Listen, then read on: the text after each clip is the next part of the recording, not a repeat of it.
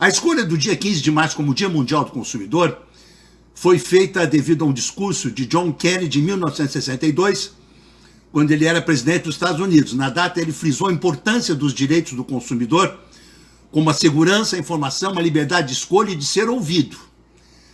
Essa fala deu início a debate sobre o assunto em diversos países, tornando-se um marco fundamental para a criação de leis e normas de defesa dos consumidores. Por causa disso, a data foi escolhida para comemorar o Dia Mundial do Consumidor pela primeira vez em 1983. Em 1985, a Assembleia Geral das Nações Unidas incluiu os direitos do consumidor em suas diretrizes, garantindo reconhecimento internacional para o tema. A partir disso, o assunto fez grandes avanços por todo o mundo. No Brasil, por exemplo, o Código de Defesa do Consumidor foi promulgado em 11 de setembro de 1990 e passou a vigorar em 11 de março de 91, trazendo inovações importantes para a proteção dos consumidores. Vamos conversar com o presidente da FCDL, Vitor Koch, a respeito das relações atuais entre fornecedores e consumidores. Estamos recebendo no Consumidor RS, presidente da FCDL do Rio Grande do Sul, Vitor Augusto Koch. Bem-vindo, presidente. Doutor Appel, alegria muito grande estar participando novamente do seu programa. Estava com saudades e, especialmente, falar contigo sempre é muito oportuno e eu tenho aprendido muito contigo ao longo desses anos da nossa amizade e convivência. É verdade, a recíproca é verdadeira, presidente. Estava sentindo saudades suas também. Presidente, semana passada, dia 15, foi comemorado o Dia Mundial do Consumidor. Em 1962, o presidente John Fitzgerald Kennedy mandou para o Congresso norte-americano uma mensagem para incluir na Constituição a proteção ao cidadão consumidor. Depois disso, nós tivemos, em 1990, aqui no Brasil, a criação do Código de Defesa do Consumidor, no governo do presidente Fernando Collor de Mello. De lá para cá, o mundo mudou muito, né? Muito, muito, muito. Como é que o senhor está vendo atualmente as relações de consumo? Fornecedores e consumidores já são mais parceiros? Os fornecedores entenderam que quem é seu cliente, eles devem cuidar dele, resolver todos os problemas, ou o senhor acha que essa relação ainda tem ruídos, presidente? Olha, na verdade, sempre uma relação ela pode melhorar, e eu acredito que a gente, atualmente, e muito em detrimento a nós termos o Código de Defesa do Consumidor, acelerou essa, digamos assim, essa convivência que nós temos. Falta bastante ainda, nós precisamos melhorar em muitos aspectos.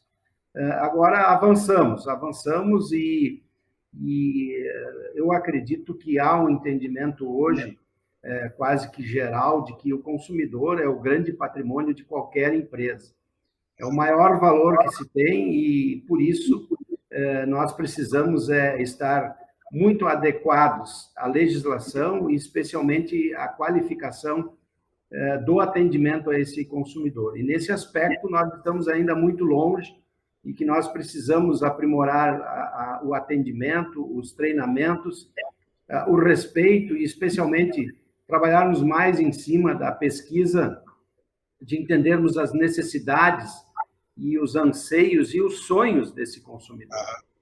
A partir desse momento que o fornecedor entende isso, ele consegue transformar esse consumidor num cliente fiel e, especialmente, num advogado dessa empresa, defendendo os interesses e promovendo essa empresa.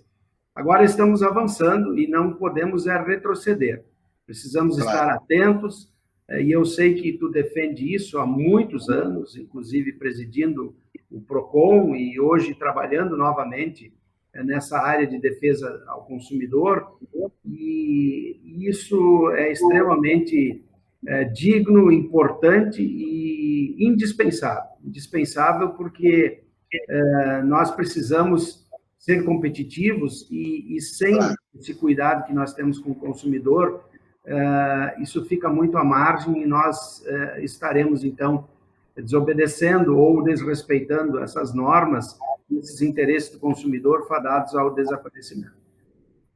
Presidente, hoje todo mundo participa de redes sociais, né? Eu vejo que o presidente publica muita coisa em Facebook, Instagram, no LinkedIn, enfim. O presidente também navega por redes sociais. Eu vejo ainda muitas pessoas falando mal de fornecedores nas redes sociais porque não teve sua expectativa atendida.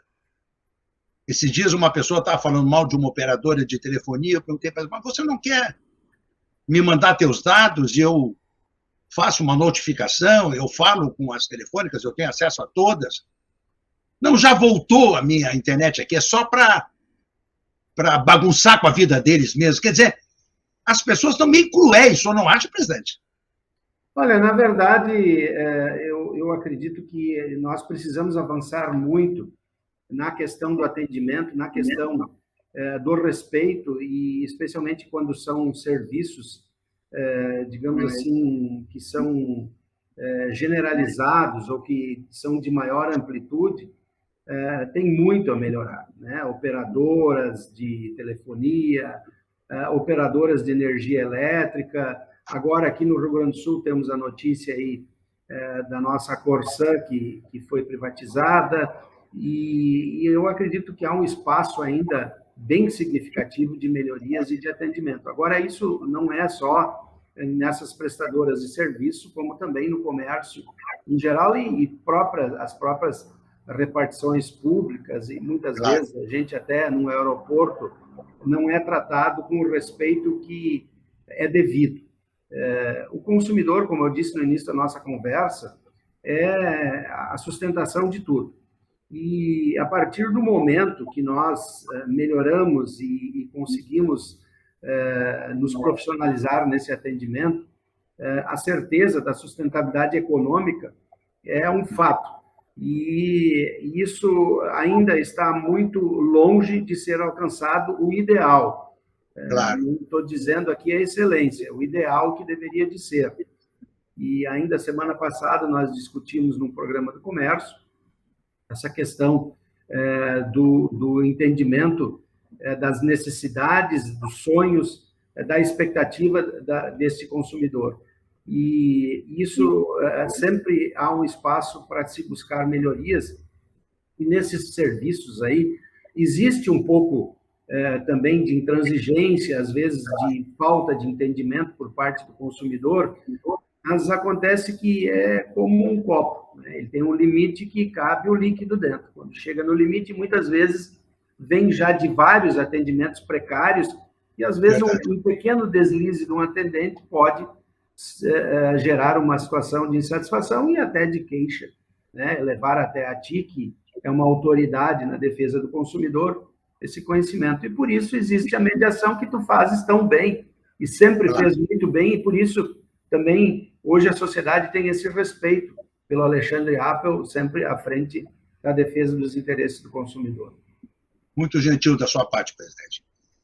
Nós temos um serviço hoje, o Ministério da Justiça e Segurança Pública, que é a plataforma consumidor.gov.br, que centenas de empresas aderiram a essa plataforma, e ela se compromete a resolver, no prazo máximo de 10 dias, qualquer reclamação dos seus clientes feitas nessa plataforma, e resolvem. Então, eu tenho a impressão que aquele PROCON tradicional, notificando, abrindo processo, isso aí cada vez mais vai ficando para trás.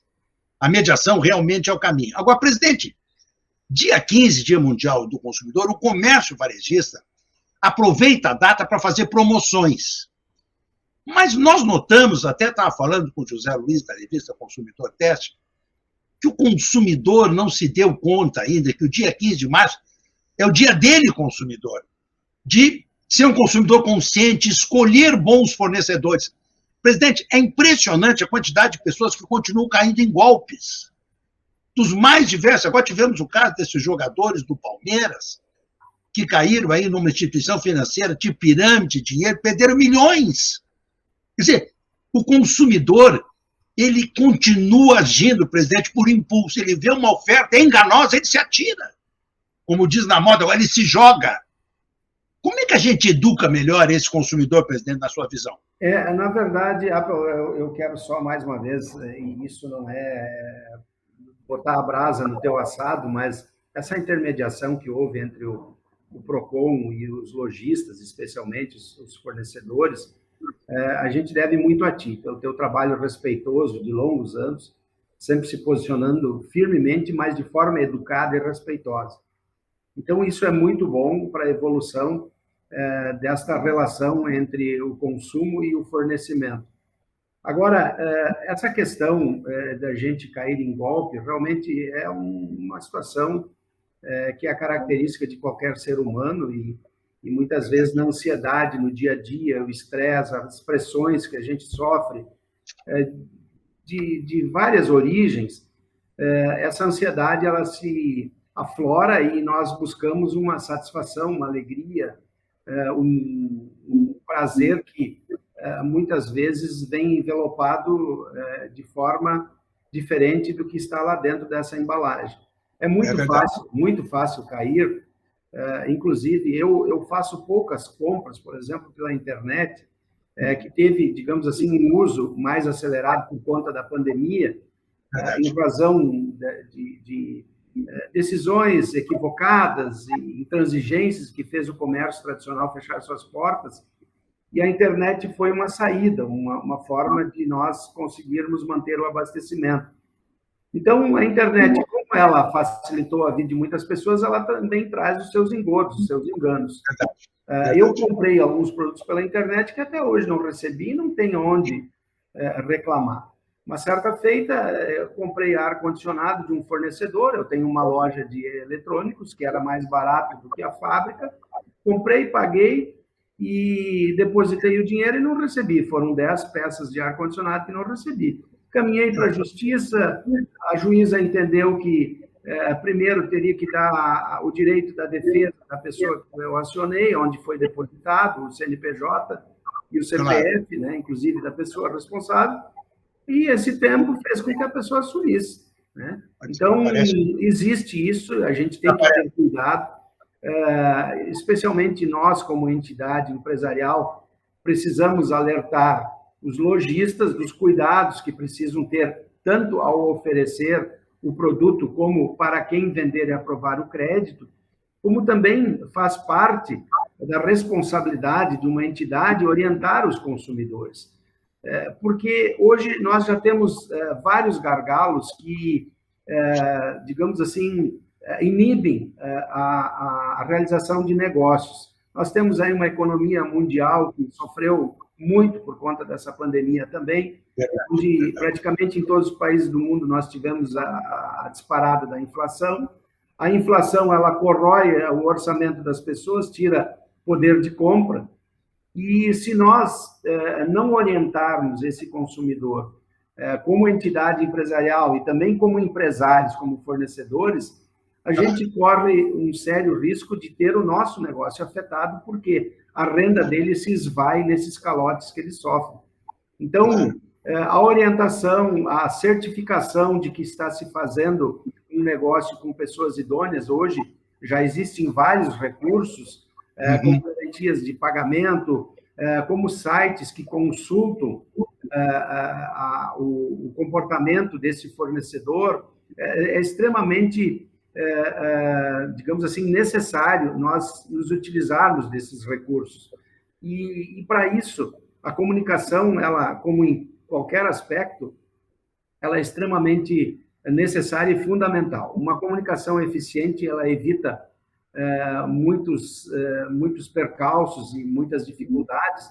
Então, precisamos, sim, como entidade empresarial, como empresários e fornecedores, orientar esses consumidores para que constantemente a gente lembre. É quase como quando a gente vai a um culto, a uma missa, nós vemos ali o pastor, o padre, repetindo ali passagens bíblicas e nos relatando e comparando com a realidade. Então, é uma lembrança quase que diária para que a gente não se desvie. Né? Então, assim, é também o consumidor que nós temos que orientá-lo seguidamente e esse consumidor tomar o máximo cuidado quando compra e de quem compra.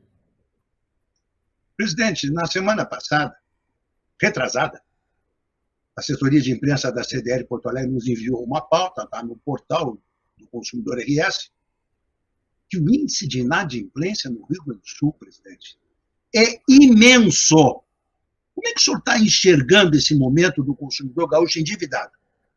Na verdade, essa inadimplência, eu não quero aqui discutir pesquisa e nem posicionamento, Mas a inadimplência maior, o gargalo maior está nas instituições financeiras, nas fintechs, onde o crédito foi liberado, o crédito é mais fácil, você tem hoje um cartão, né, e que esse cartão tem um limite e a gente não vê ali as notas, não conta na carteira quantas notas tem, e muitas vezes nós fizemos uso errado e extrapolamos esse limite, e quando chega a lembrança que vem pelo correio, que é o boleto para ser pago, a gente se assusta e muitas vezes tem que parcelar isso. Parcelamento é com juros estratosféricos, né, que teria que se ter também uma legislação para controlar isso ou regular isso. Concordo. Então, Muito alto. Ela está muito nesses canais financeiros. Eu acredito que poderia se ter aí uma normativa para regular isso, especialmente a questão da limitação dos juros, que o Código de Defesa ao Consumidor é muito claro nisso, e a nossa regra também, a legislação, não permite extrapolar os juros, porém, na realidade, isso acontece. E hoje, por exemplo, a gente acha ruim a Selic a 13,25%, isso. Memória, é alta, mas se esses juros fosse cobrado do consumidor, seria um juro barato.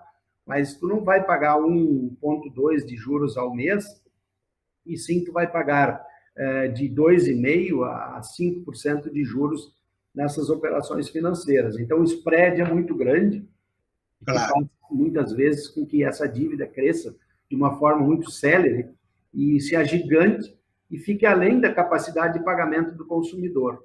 Agora, no comércio, hoje, existem ferramentas extremamente seguras e que fazem uma análise mais detalhada, inclusive ajudando o consumidor na decisão da forma de pagamento, tanto em números como apresentando juros melhores para os clientes adimplentes. Então, nós, na FCDL, hoje, temos uma parceria com 5 maiores bancos, que é o CUOD, e onde nós analisamos através do cadastro positivo.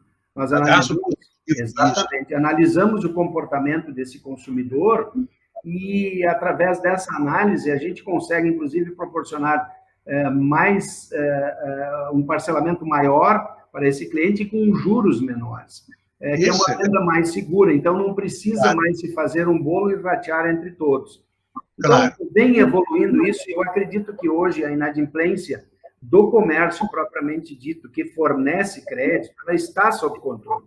O que não está sob controle é a dívida com os bancos, com cartões de crédito, cheque especial, conta especial, e com as fintechs, que oferecem hoje vantagens. Muitas vezes está apertado e vem aí uma loja financeira que te oferece 24 meses, mas com juro lá em cima, e que, pela necessidade, pela urgência, tu não passa uma régua nisso e acaba entrando, digamos, num ciclo vicioso. Muito bem. Presidente, para a gente ir se encaminhando para o final, posso lhe colocar uma questão delicada? Claro, pois não.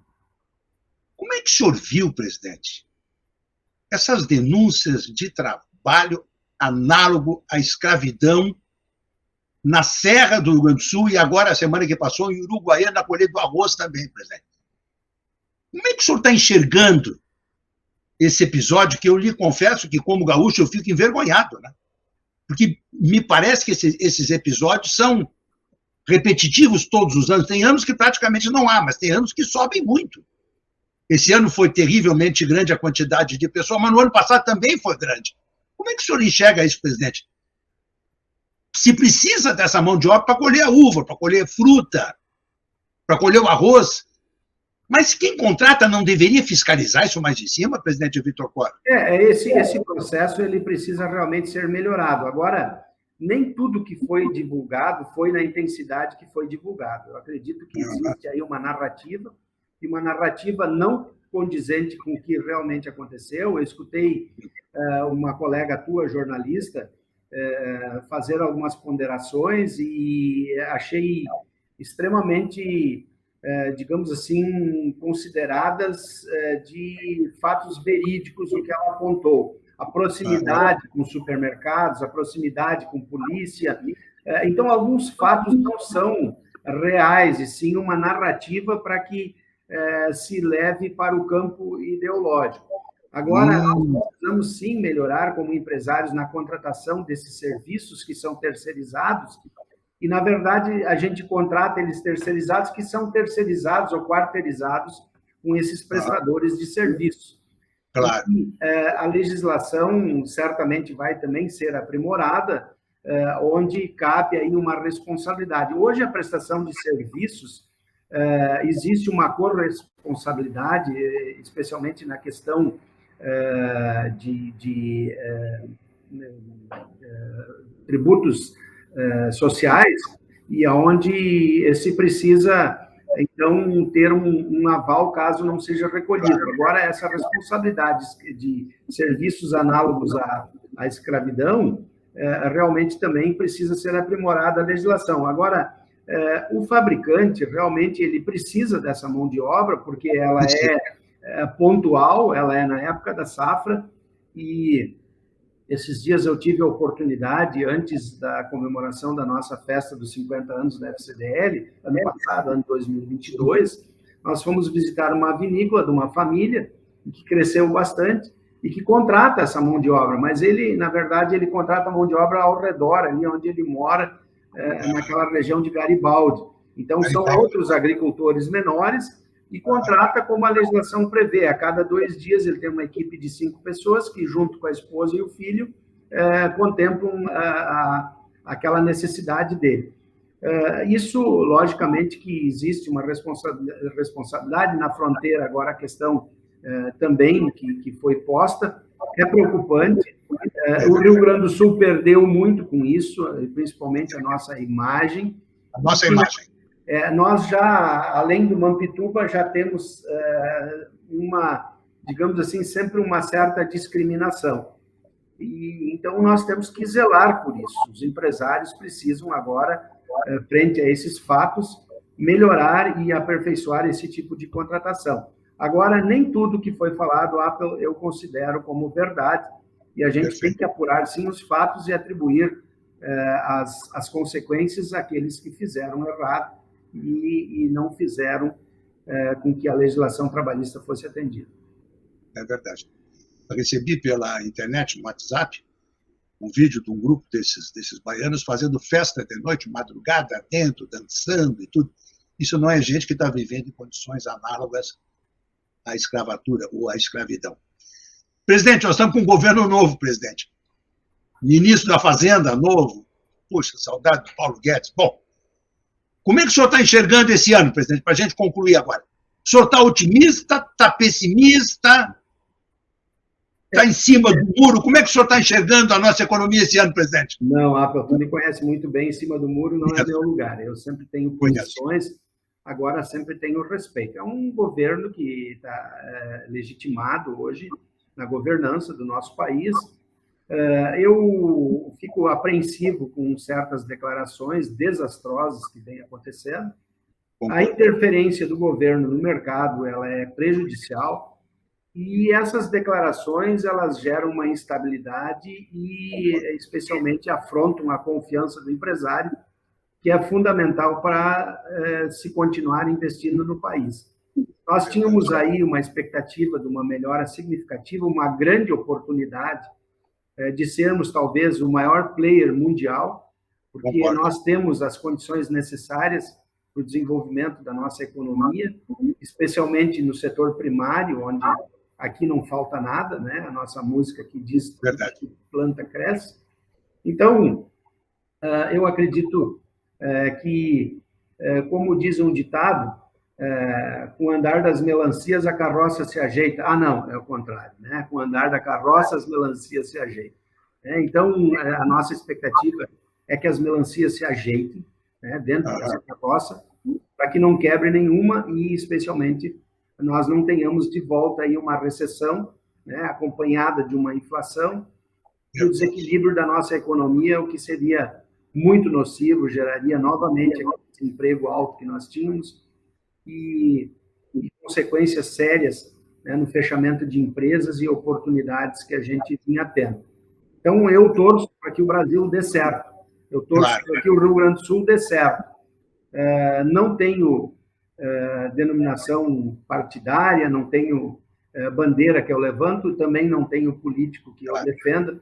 Eu acho que todos aqueles que nós elegemos, a gente espera uma retribuição de cuidar bem do erário e fazer com que a gente sempre tenha condições de desenvolvimento, liberdade, né, e oportunidades a todos para se desenvolver. Então, a minha torcida é que dê certo, porque o patrimônio que eu consegui até hoje na minha vida está aqui no Rio Grande do Sul e está no Brasil. Então, uma má gestão dos nossos governantes afeta diretamente o meu patrimônio, desvalorizando ele, e especialmente minhas atividades de comerciante também.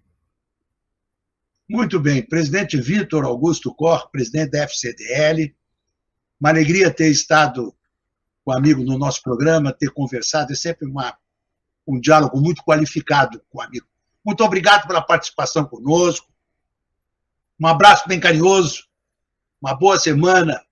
Um bom ano para todos nós e até uma próxima oportunidade, presidente. Muito obrigado, Apple, por sempre me proporcionar esta grande oportunidade de estar contigo, com os teus espectadores. Eu sei que tu tem muitos espectadores, a gente acompanha, e é extremamente interessante, né, porque a gente vê os teus patrocinadores, são empresas, entidades idôneas, e então poder participar de um programa desse é muito honroso. Muito obrigado, e que nós tenhamos um ano excelente aí. Que tudo dê certo.